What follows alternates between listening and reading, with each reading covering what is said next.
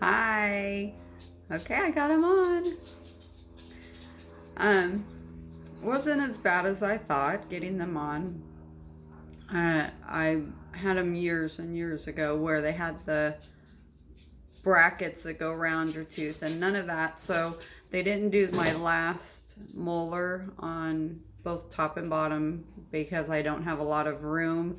Um, and they'll do that later in a couple months. Um, Holding my mouth open and well they put these separators in, and then I had to bite down on the tube that sucks up all the spit.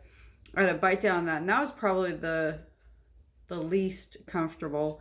Well, besides having those things in my mouth's so tiny they had to use the smallest ones that they had, the little kid ones, um, which still dug into my gums down on the bottom. It kept hitting, and um, that's not very comfortable having my lips stretched that much because I do have a small mouth.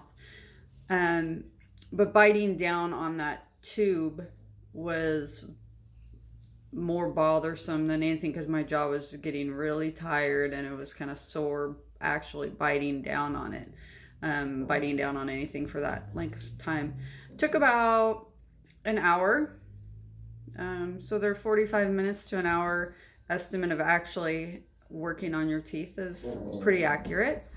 Um, my appointment altogether was an hour and a half, and I had, because I have to, talk to the doctor and a couple other things. So that all feels weird. I'll be eating lunch here, some soup, and then putting wax on because I can feel already spots where I can tell it's probably going to start rubbing.